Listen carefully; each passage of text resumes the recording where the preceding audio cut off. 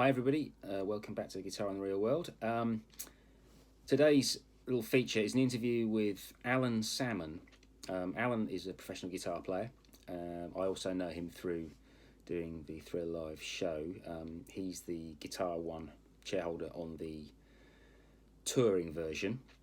And he's very kindly agreed to talk to me about mental health and dealing with many of the psychological issues that can come with being a professional musician. So a big thanks to him, because it's quite a big subject and a very personal subject to open up about. Anyway, I think you will find this a useful and an enlightening little episode. Doesn't really talk at all about anything to do with music. It's about life and trying to operate as a human being in the professional music arena. So anyway, Allan, good to see you. Nice to have you on Guitar in the Real World. You are the third interviewee, and we're going to be talking about something that is not widely spoken about, especially at the kind of educational level of doing music, especially when people have aspirations for professional music, and that's the subject of mental health. And I think if you were to ask any professional, ranging from somebody who, you know, maybe does cruise ships or somebody who does function bands to the most seasoned session pro, you will find that there have been varying degrees of mental health issues that people have dealt with along the way. I mean, I think you'd agree with me on that, wouldn't you? For sure. I mean, it's I remember, you know, we were just talking a couple of weeks ago about the idea of talking about this sort of thing. And the thing I think is amazing about it is as soon as you sort of start speaking to someone, you know, anyone you've gigged with, everyone's got a story. You know, if you've done a lot of gigging, you've been under these stresses, you know. So it's everyone's got their own take on, you know, how it affects them to be on the road, you know, what it's like to be on the road, you know. If you're on a gig, you know, what are the things that put you under pressure and how does that affect you? So as soon as you mention something to anyone, it sort of opens the gates and people sort of start opening up and telling you. So I thought that was amazing and worth talking about, really. Yeah. I mean, I think in this day and age, people are much more willing to talk about these things. I can well imagine, I mean, I can't speak from experience, but I can imagine that 30, 40 years ago, this is not the sort of thing that you know, muso fraternity of the days of yore would have ever opened up about. And, you know, what's your personal experiences of, you know, general mental health whilst you've been working or touring or whatever? Yeah, so I mean, there was a particular day that I remember that sort of made me think, okay, it's sort of time to have a look at this properly and, you know, try and get some answers and make some changes. But sort of the run up to the day where I realised I needed to do something was very slow. You know, a lot of these things kind of came into my life very, very slowly. So I started noticing that I would stop socialising with people, you know, sort of the band that I was touring with. You know, I would stop going to the pub. I'd be quite anxious about a lot of different things. You know, it was quite often sort of noise based, or being in a group of people that was, you know, it felt sort of aggressive to me or something like that. And I want to kind of retract and get as far away from that as possible, and sort of go back to the hotel room and just try and, I don't know, recuperate, I suppose. I don't think I necessarily knew that was what was happening, but there was a definite feeling that I needed to get away from the stresses of being on the road and the gig and that sort of thing. So, yeah, all of that sort of stuff started happening. And the day I realised that I needed to have a look at what was going on, we were in Germany somewhere, and we were 3-4 weeks into quite a long stint of sort of one-nighters, you know, sort of doing a gig and then packing down, driving to the next town, you know, which could be 5-6 hours on a coach and all that sort of thing, you know. So it's really stressful after a certain period of time doing that. And I remember waking up one morning, the day before I felt pretty good, you know, didn't sort of realise anything was going on, and woke up really, really early. And I noticed, as I was in bed, I felt like my whole body was shaking, like I was in an earthquake. It's a really strange feeling. Yeah. And so I thought, what is that? And I even did the thing, you know, like I was, in sort of Jurassic Park where you see the water moving in the cup. You know, I was trying to look for something to see if, you know, am I in some sort of earthquake here, or is this me? And I thought, hang on, how can there be an earthquake? Well, I'm in the middle of Germany somewhere here. I'm pretty sure, you know, there's no tectonic plate here that can be causing that to happen. But I may be wrong about that. I don't know. And then I realised it was me. I was just completely shaking. And so I thought, you know, is that some neurological thing that I've got? Is a problem with me or whatever? And I sort of Googled it, and it turned out it was sort of extreme tiredness and anxiety and that sort of stuff. And the rest of that day was just one of the most horrible sort of days of gigging that I've had. I remember it was a very long day on the bus. Got to the venue, you know, it was freezing cold. And I remember falling over and like hitting my head, hitting my guitar, and the sound check, like everything went wrong. You know, it's horrible noise. You know, if you play a Strat, you're going to know what that noise is like. You know, I couldn't get away from it. People were playing things they shouldn't be playing, singing things they wouldn't be singing. It was just really getting to me. And half of that gig, I just thought, I cannot be here. I just don't want to be in this room. Yeah. And I remember I was just uncontrollably sort of crying, and I couldn't even see my hands on the guitar, you know, so I was playing this show and couldn't see anything. You know, you've got no time. You can't take your hands away from the guitar in the show, as you well know. So, you know, it was just awful. And right up until that gig, I'd sort of done the sound check and made myself scarce, and walked around for a couple of hours in the cold just to be nowhere near anyone. You know, and people were calling me, trying to check I was okay, and didn't want attention. I didn't want to not have attention. You know, it's just this horrible state of, you know, you don't know what to do. And anyway, you know, luckily, you know, I had something else happen that day, which was a good thing that sort of brought me out of the moment, which was the keys player just during one of the songs played literally one note that he knew would sort of make me laugh. It wasn't a wrong note or anything. It was just, he just played one note, and it completely sort of snapped me out of the being in your head moment of it. So that's, you know, in a nutshell, that was sort of what happened on the day that I realised I needed to change something. Yeah. What do you think was the trigger for all that? I think there's a lot of things, and I think there's a lot of different triggers for everyone. For me, I think it's a lot of it is tiredness and not being in control of most of the basic things in your life. Yeah, I can completely identify with what you're saying. Yeah. So I mean, you quite often don't know when you're going to eat. You don't know what you're going to eat. You know, you don't know how long you can sleep for. You know, can you get water? You know, it's just really basic things that you have to find out every day that aren't sort of given. You know that you'd know if you were at home. Mm-hmm. So I mean, I suppose there's so many things that can trigger that. Being away from family and, you know, people you love is obviously really difficult. But what you're talking about there is basically the sort of basic needs that a human being has on a day-to-day basis. And when you're touring, quite often those real basic needs get neglected by, not necessarily, it's not that the people in charge don't care, but they're bottom of the list of priorities. The priorities are to get the show up and running, put on a good show, to get everybody to the hotel, get everybody to the next venue, and do the whole thing the next day. And it is grueling. I mean, having done a little stint on that same gig as you a few years ago, I did 10 days or whatever, and you know, I had my own problems start to.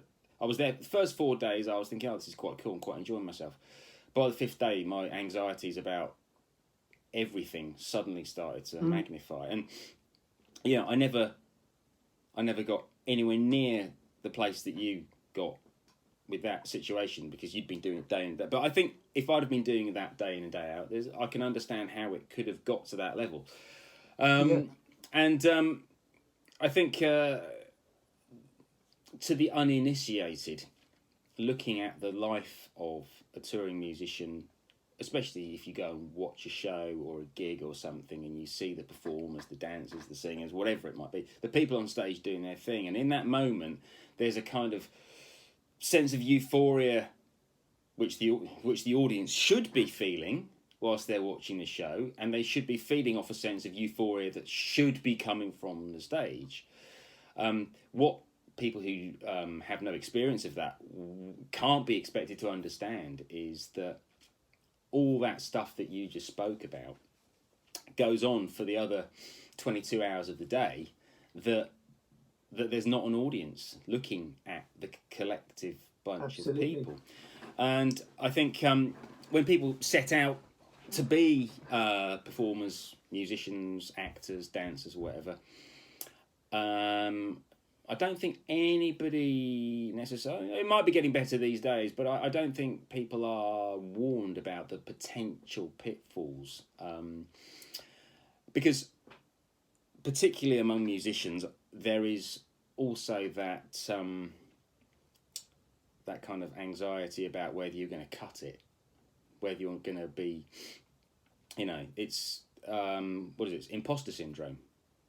So if anybody doesn't know what that means, it's when you basically feel like you're not of a similar grade to your colleagues, and that you're the one who shouldn't be there. Everybody else around you is on top of their game, and they are the true pros, and you're the one who's just managed to get there by accident, by luck, and suddenly and you spend every time you perform, you end up feeling like you're the one who's letting the side down. I mean,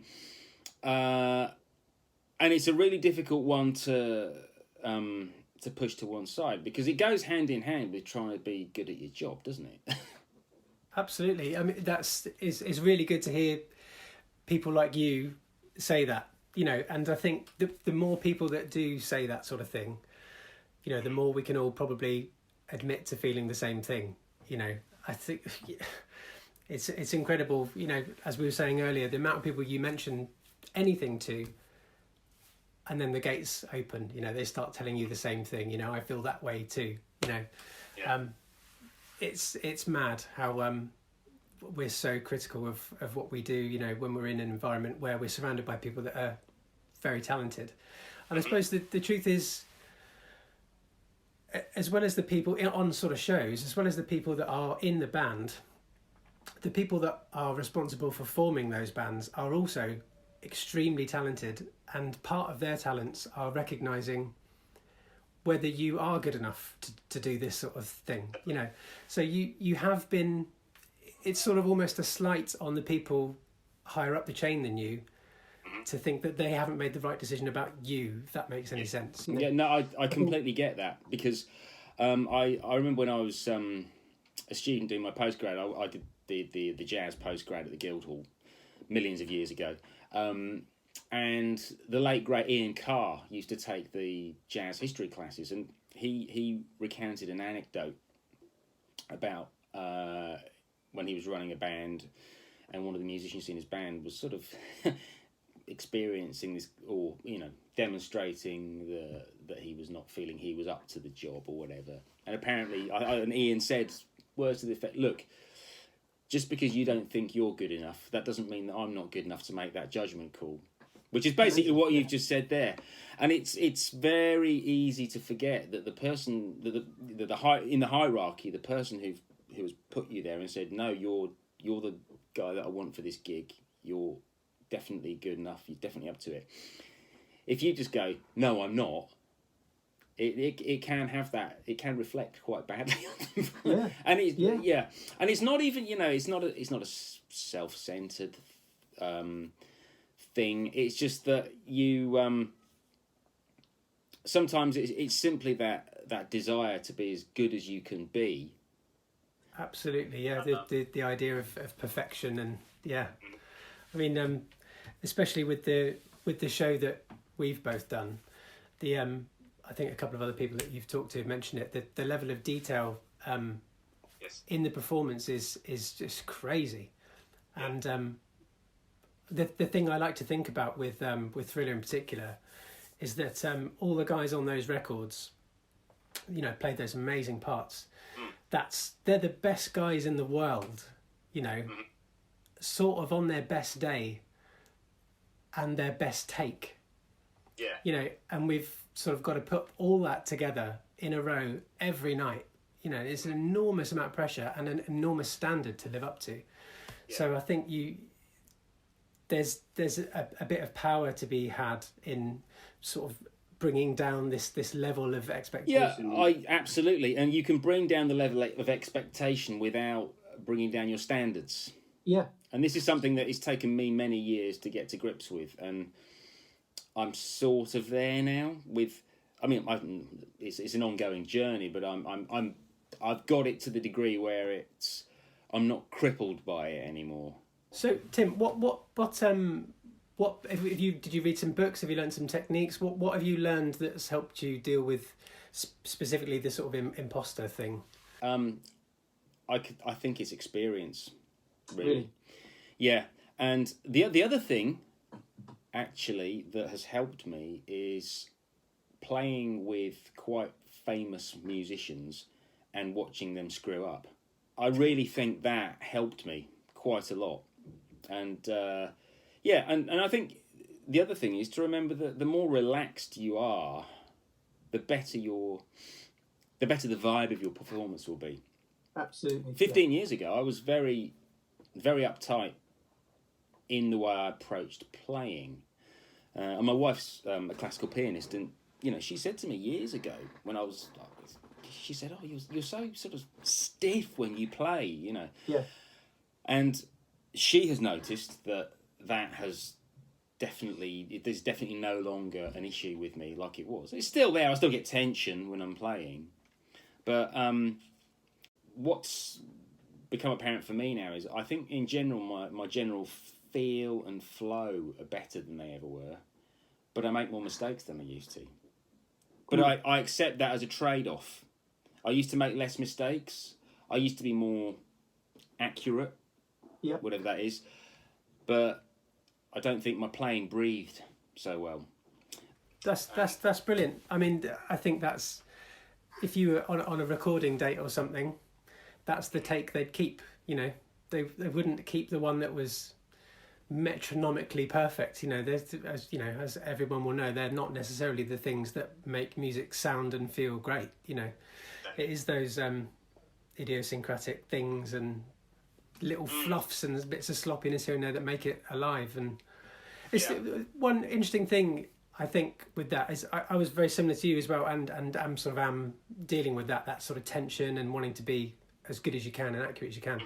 But interestingly enough, I feel like I'm very accepting and good at accepting other people's fluffs and mistakes. As you say, for a trade-off in the feel or groove. If anyone else makes a mistake, it doesn't hurt me. It's funny, isn't it? It's funny. So it's kind of, if you can be like that to someone else, why not treat yourself with the same amount of kind of respect and in the same way? And not everyone else isn't taking it as hard as you are. And that classic thing that if you do make a screw up, if you're so in your head about it, the next screw up is coming in the next bar. The domino effect. Yeah, exactly. Yeah. So there's definitely a power in being able to just laugh it off and just go, do you know what? that's what happened today. I'm only Tomorrow will human. be It's different. and live performance. Again, my wife, she plays piano concertos and big stuff with more detail than any of us need to deal with normally in sort of rhythm section world. And half the time she says, "Oh, fluff that bit, mess that bit, had a memory lapse here." Half the time I can't even tell that it's happened. Really, yeah. And you realise that, again,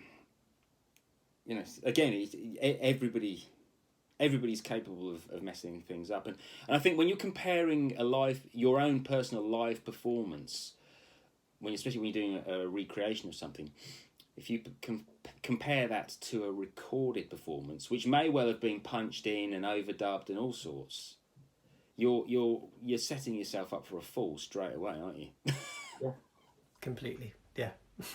It's like, it's a really nice thing to actually be able to let go a little bit and just accept that. There's this guy, it's strange, I'm really into snooker, and there's a guy I watch on YouTube he's a fantastic teacher, and it's quite often sort of theoretical sort of mindset things or performance things, and he talks about the sort of peaks and troughs of performance versus your ability. Yeah. So he talks about, the sort of beginner, the peaks and troughs they're huge, and they're very often, so, one day you're amazing and you get a huge drop, but, it's sort of going like this. The better you get, the sort of smoother that curve is. Mm-hmm. But, and, so let's say you're, at the level where you're doing a theatre gig, you're probably between 98 and 100%, of like accuracy, or let's say, but those peaks and troughs to us, the performer, can still feel as drastic as they do when you're a beginner, but in actual fact, it's such a slight curve, and you just got to accept it as being a day-to-day variable, and, it's such a relief if you can allow yourself to let go a bit. Sure. It's something I'm definitely still working on, and I'm sure you are as well, but just even knowing that is a really helpful tool for not getting so stressed about the thing you're trying to do. And your music will be better for it. That's the thing. Yeah. That's I mean, ultimately, well, that's what you're aiming for anyway. And if you do let go, you are going to produce a better experience for the listener and for yourself. So, okay, can we just talk about some sort of side issues that tie into sort of looking after yourself? I mean, when you're out on the road and you're in hotels and buses and planes, trains, and automobiles,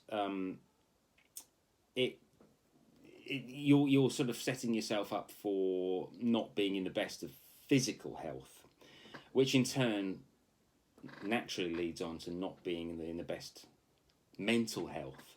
So, I mean, I have my own things that I've learned to do when I have been touring, and I haven't actually done any serious touring for quite a while, but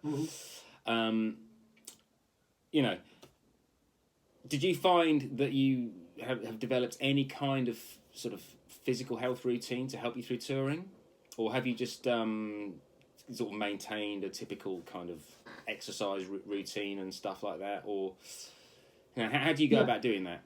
There's definitely things I've come across that make a big difference.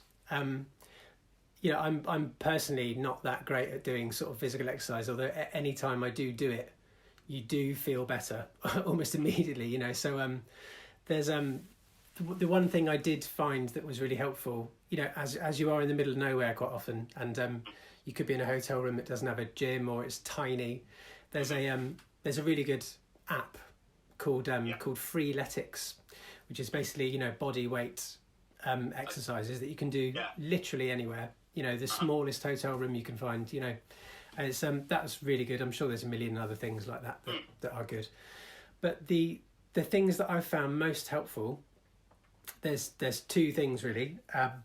First one is it's like to get you out of a problem and a sort of quick fix, and it's this thing called 4-7-8 breathing. I don't know if you've heard of that. No, I haven't heard of that. No. But it's I'll send you a link to the guy that talks about it. It's a really simple thing. It's essentially breathing in for 4 seconds or 4 counts, holding for 7, and breathing out for 8. Okay. And he talks, and you do sort of 4 cycles of that. And it's just this little moment where you've got something to complete, and it will bring you kind of completely into the present moment, which is quite often anxiety and things like that are usually to do with things in the past or the present.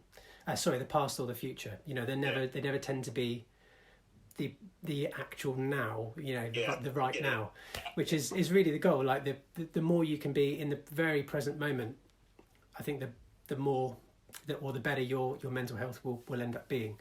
So that's a really good technique, and I used to do that between songs. If I felt, you know, I sometimes put on a guitar, play the first tune, and I'd notice those sort of physical feelings that are my sort of triggers. Like my chest would get really tight, and all that sort of stuff. And then, you know, I'd know it was sort of building up. So this was a really good technique for just bringing you out of that head space. You know, just taking you out of the moment and allowing you to focus on what you're trying to do. So I'll send you the video rather than explaining it really badly. That's cool. I mean, it's essentially a mindfulness kind of thing, isn't it? Because you are focusing on the moment. Yeah. But ultimately, you've mentioned something there which I was going to mention anyway, and it's simply breathing. Yeah. And I remember the first time I ever depped on a show in the West End. It was quite stressful. Oh man, I bet you absolutely. And I was a bit younger than I am now, but I wasn't. Yeah. I'd done theatre and stuff before, but the first time I depped in the West End, I was 30, so I'd been around a bit, but it was still quite terrifying. Yeah. And the thing that got me through it was breathing. I didn't even consciously think I'm gonna focus on my breathing when I get a bit nervous here. I just found myself, every time we finished the number, I would just sit there and focus on my breathing and nothing else, and just regulate it. Slow, breathing in and out slowly and controlled. Yeah. And, it got me through it. It stopped me from playing everything right, a whole quaver ahead of the beat. So, I mean, it was, it's funny how these basic strategies can really help. I think they help people out universally. For sure, yeah. It's so mad to think that something like that can have such a big impact on your playing. Like you were saying there, if you're that tense, you are going to start being a bit pushy and all that sort of stuff. So it's mad to think that 2 minutes of breathing would sort your groove out. Yeah, but it absolutely does. Absolutely does. Yeah. I mean, another issue that musicians have to experience to some degree or other is rejection. Now, I don't know what your experiences of rejection are, but I mean, I've definitely I got through many years professionally without ever feeling like I had been actively rejected from something, but it did happen to me at one point. 6 years ago, out of the blue. I'd been in the band for a gig, and we'd done a tour in 2014. Sorry, a tour in 13 at the beginning of the year. Big long one nighter. It wasn't like every night, but it was 3 or 4 nights a week, often on a bus with hotels. But and then we did the similar sort of thing the year after. So it was a good earner at a quiet time of the year, and I'd been sort of hanging on to the fact that I had that gig, made me feel good about the fact that I hadn't got some other opportunities elsewhere, and thought, at least I've got this, and this is quite cool for now. And I got sacked from it about 3 or 4 months after the second tour. And it wasn't because I'd done anything wrong. It was just a decision made by the person in charge that he wanted somebody else. He didn't even have anybody else in mind in particular. But he wanted to make a change, and he kicked me out and another band member, and a couple of changes with the dancers as well. So so I knew it wasn't just me, but how did you deal with that then? How did that make you feel? I was really when I got the phone call from the MD, because it wasn't the MD didn't fire me, but he wanted to be the one making the call. I was really immediately. I did my usual thing. I was really philosophical about it, and I was like, "Look, man, I totally understand. This is not your call, and I understand he's got a visual thing in mind, and some, there was some assumptions being made about my abilities based on my offstage persona. I'm a fairly quiet, reserved kind of person, and he made the assumption. He made the assumption that the reason I was given was, well, in the new show, he wants the guitar player to come down the front and take a solo on the front of the stage, and the implication, and fill the stage with your ego. The implication being that I was unable to do that. But as you will know, because of the show we've just been talking about, I'm quite experienced at doing that. Yeah. And I was even back then. But there was an assumption made based on my personality, frankly. And, maybe the way I look and so on and so forth. So anyway, I was philosophical about it and went, obviously there are other aspects that need to be brought into production. But then I went away, and then I spent a couple of weeks really stewing over it and getting more and more aggravated by it.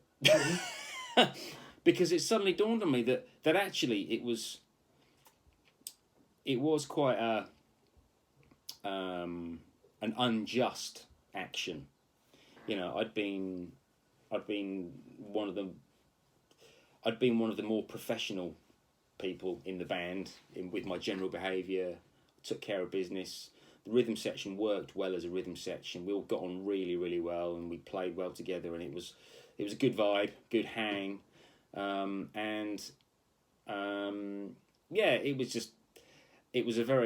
felt it was a very decision that was made on very superficial grounds. Right. And of course, when that happens, it's very easy to end up thinking, well, it can't just be on those superficial grounds. It must be something wrong with my playing. It must be something wrong with my professionalism. Mm-hmm. And it took a few weeks, and I had to talk to a lot of people about how I was feeling. I was pretty open about how I didn't bottle it up. I was pretty open about it with quite a few of my friends, and eventually, I did get over it. But it took a bit of a journey, and it actually hit me worse later, and hit me harder than I thought it was going to. And I felt has it stopped you doing other things? Has it gotten in your way? No, because I in the end, it became an anecdote, and that's how I feel about it now. And there were lots of good things that came about as a result of me not being on the tour the following year. It meant that I was able to plan and start recording my first album at that time, and it also meant that I think it would have put a lot of pressure on my family had I been away doing the tour that following year as well. And so I realised, as a result, further down the line, I realised that this was something that was more beneficial that I wasn't on the tour. What really got to me was the manner in which it had happened. The fact that I'd actually been fired, even though I'd not done anything wrong. If I'd have been fired for being unprofessional or playing badly, I'd have actually coped with that better. But I'd been fired for reasons that were, to me, utterly irrelevant. Yeah, it's nothing you can really work on there, is it? You can't work on being a better hang. No. And that's it. The point I'm making about that anecdote is that it was I learned to kind of just put it behind me and accept that you can't legislate for other people's opinion of you. Absolutely, yeah. And nor also, I think, is it your business.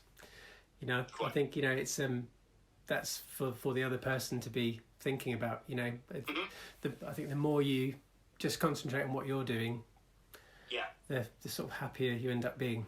But again, you know, it's something that I hadn't been warned about that could happen, because it's not the same as auditioning for a gig and not getting the gig. Because if you audition for a gig against 5 other people and player B gets the gig, you can accept, well, yeah, he or she is a great player and they've got something that the person doing the auditioning wants. Because, you know, there's something really tangible to hang on to. But if you get fired and they haven't got anybody else in mind yet, you think, oh, well, again, it makes you feel like it must be something wrong with me then. Yeah, that sounds much harder to deal with. Yeah. But so you, by opening up then, that seemed to be the route by which that got resolved, you know, you talking. Yeah, I mean, I tend to be pretty open about these sorts of things anyway. But I think the thing that really won my emotions over was the fact that it allowed me to do other things. And I knew that actually it was probably for the best in the long run, you know. Yeah. I mean, I expect there's a lot of people feeling like this sort of issue is going to be coming up a lot, you know, given the situation we're all in, you know, with everything's so uncertain, and like you say, most of our basic needs are being challenged, you know. So it's not really whether we have a gig or not at the moment, you know. It's a lot more fundamental stuff than that. But I think some of the same principles can help. I mean, those things are definitely helping me. The sort of breathing, and I do sort of meditation and that kind of thing. You know, various types of that you can look into. I wouldn't like to sell anyone a particular idea, but sort of recognizing what you have right now, I think is going to be a really important thing. I've learned that it is important, you know, and by doing these things, that idea is sort of cementing for me, you know, that I think that is the right path, you know. That's the way to be happy, really, and be able to cope with these things that come up, you know, because really that's what happens. Things don't get easier, really. You learn to cope with them. You learn to see them differently. So I mean, I would advise anyone that's in this sort of situation, you know, whether it's on a gig or anything like that, to take a look at, you know, where their head is, you know, and I would bet that the majority of it is not in the present moment. You know, I bet those worries are in the future or the past, you know. Yeah, absolutely. I can identify with what you say there, and I mean,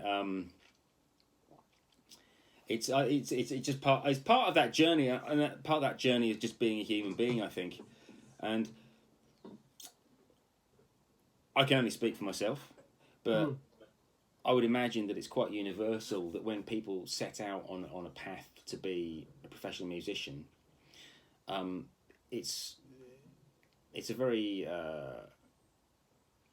it's something that we're driven to do, and we're not really in control of it. But we're not always ready for the challenges that it will throw up, because it is super challenging, and it's not challenging from the point of view of simply learning how to play your instrument properly. It's challenging from a feeling of self-worth, challenging from the insecurity, the financial insecurity, the structural, the relationships insecurity. God, that's huge as well, isn't it? That being on tour can destroy relationships, can't it? You know, these are the things that I doubt people really consider. I certainly didn't consider it. No, same. You know, you just think you're going to be practicing and out on the road and everything's going to be great and seeing all these different countries, and if you're lucky enough to do that, you know, which is great, but you know, the gig, as I don't know how you feel, but the gig for me is the sort of moment of solace. That's the break. That's the bit that you almost just want, and everything else is the thing you're being paid for. Yeah. I totally get it. I mean, I used to joke back in the days when I was doing a lot of driving around the country, doing one-nighters. We used to have a joke in the band about, oh yeah, we've got this great driving job and we get to do a bit of playing in between. Because it felt like you're getting paid to do the driving and the hanging around, and and we're by no means complaining about the job that we do, but it's an honest and a realistic appraisal of what's really involved in getting the gig done. I mean, for sure. It was I watched your interview with Ant, and I really liked his point. You know, that he was saying that, you know, that everybody what advice would you give a musician, and it's, don't do it because it's too hard. That's so right. It's so right. If you can't ignore all of that and do it anyway, it's probably not for you. So that's a really interesting thing to kind of keep in mind. Well, yeah, and I think we were texting earlier last week about some of these things, and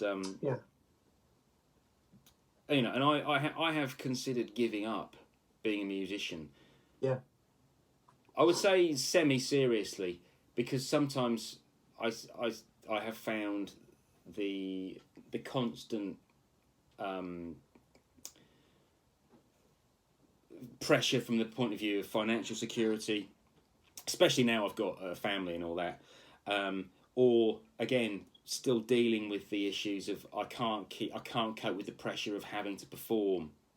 I mean, I still get anxious going in to play a show that I've played a million times in the West End or whatever, where I've been I'm clearly okay, I've been allowed back many times, so I'm clearly doing the job. They haven't worked it out yet. I'm not good enough. I haven't, clearly that they trust me to get the job done, but that little voice at the back of your head, if you're not feeling great, it can really sort of work away at you. And I think, I mean, that's the other thing is, trying to get through it, trying to deliver when I spoke about this with Ant, trying to deliver when you're not feeling on top form, you're tired or ill or whatever it may be.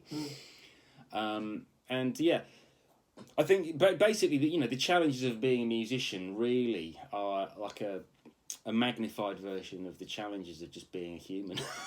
yeah. And you've got to be, I suppose, on some level, we are a little bit on show.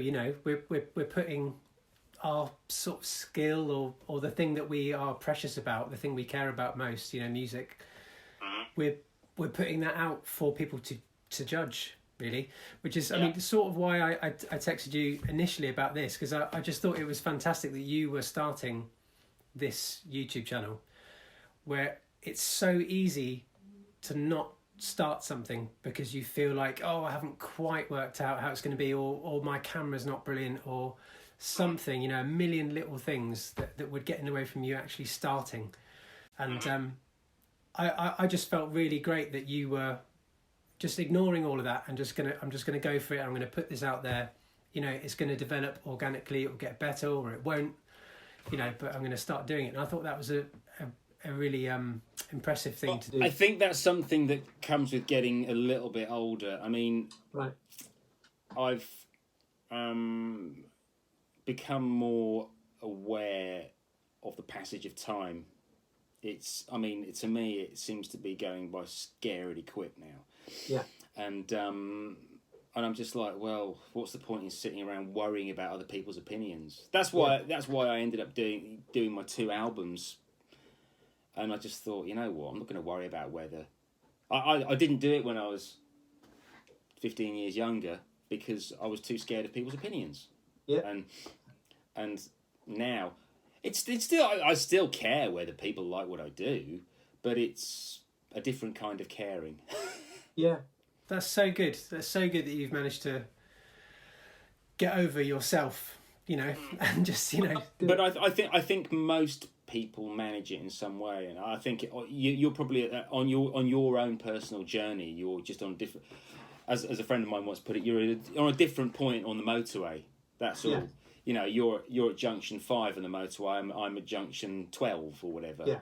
I've still got, you know, another 15 more junctions to get to on the journey, depending on how long I live, so on. Yeah. But yeah, and I think that's what people should try and grasp onto that it is a journey, and that when I've spoken to younger people just starting out, I normally try and use that analogy about it being a journey, and that if you've got that goal, you know, just be ready to do junctions 1, 2, 3, 4, and 5 as a part of getting you to that point. Be patient, and but the journey is also a journey, you know, of your you know, yourself and your mind and your head. So, I mean, the fact that and this would apply to anybody, when you recognise these issues and talk about them, it normally allows you to combat them or use them to your advantage, and then, you know, 5-10 years down the line, hopefully everybody, you, me, everybody else, have developed so that those anxieties, whatever, are a dim and distant anecdote. like my anecdote about being fired. It's just an anecdote now. Yeah, it's part of your story, part of your character and your experience. So, yeah. So anyway, at the moment you're off the road because everything's been because of coronavirus. Yeah. How are you coping with the uncertainty around that at this time? I mean, all right is I suppose the quick answer. I guess everything is just so unknown. You know, it's hard to think about what to do. Weirdly, I feel sort of quite positive about each day as it's happening. It's really strange. Like, I'm definitely noticing, you know, the fact that the sun's out, and I've talked to people in my family that I haven't spoken to for quite a while, and that probably wouldn't have happened, you know, if we weren't all in this boat. So I'm trying to only focus on the things that are positive, really, and try and change the things that I have some control over. Yeah, you know. Well, that's a very important point. Yeah. But I mean, I suppose with regard to playing, I'm sort of quite enjoying practicing. I've got no gig, you know, so when you're on the road that much, I mean, I personally was pretty bad for actually practicing. I mean, I do so much playing that practicing didn't really happen for me. It's a tough gig on your chops, that, and if you try and practice as well, your body starts to hurt. Yeah, you do have to sort of manage your body. I think you're probably right. But I'm sort of enjoying I'm practicing reading and, you know, a few other things. I'm, you know, doing some online guitar lessons, the same as everyone else on the planet. And actually I'm doing this thing activity where I'm doing guitar lessons where people can just pay what they can afford. So if someone's stuck at home, they can have like a 20-minute, half an hour lesson, just basically to talk to someone else about something else and focus on something else that, other than this thing that we're all in, you know. So I think there's a lot of people doing that sort of thing. You know, there's yoga people doing free lessons and all that kind of thing. So just trying to focus on positive stuff, really. And weirdly, like now we're in this situation, my guitars, or my sort of nice guitars, are all stuck on a stage truck somewhere. Yeah, I literally don't know where it is, and you know, until this is all over, I can't get these guitars back. But I've got one guitar with me, which is a Variax. It's not my normal thing, you know. It's a great tool, though they are, you know, but they're not the most like beautiful guitar to play. And I've got one pick, right? Well, that's a lie. I've got two picks. I had to make one out of a hotel key card. I don't know if you can see that, but it says Scandic on it, which is the hotel you stay in Europe everywhere. Okay. So I made this horrible pick, and I've got one, you know, one of those really flimsy nylon things, right, which I would never ever use, but I'm sort of enjoying it. It's like the opposite of the thing I would normally use, little Jazz 3 picks. But it's weird how these little enforced changes actually might bring you somewhere that you didn't expect, you know. So I found my picking is a bit lighter, which I think is probably a good thing. You know, just from having a lighter pick. So I don't know. This weird things happen when you are limited by things. Well, I think we'll wrap it up there. Yeah. Thanks so much for chatting. Thank you. I think it's been a really good chat, and I think it'll be helpful to anybody who is considering this strange career in music. Yeah. Thank you as well for sharing the stuff from your life. It's it can be difficult to share this sort of stuff, but usually, as we were saying before, the second you start saying something, someone else says me too, and you start talking, and the load is lessened. And no, I think it's healthy to promote that kind of approach and attitude in life in general, because I think it develops more empathy and sympathy between people, which has got to be a good thing for the world over, though. I mean, once you get beyond music and once you get beyond the UK or the Western world, it's a philosophy which could help the entire planet, because I have a feeling that's going to be required quite a lot. We need that, yeah. Nice one. Okay, well, I will let you go. Cool. And thanks, I hope you make the most of your enforced time off. And nice one. All right, Alan, well, take care of yourself. Thanks very much, mate. Yeah, good to chat. And I'll see you when I see you. Cheers.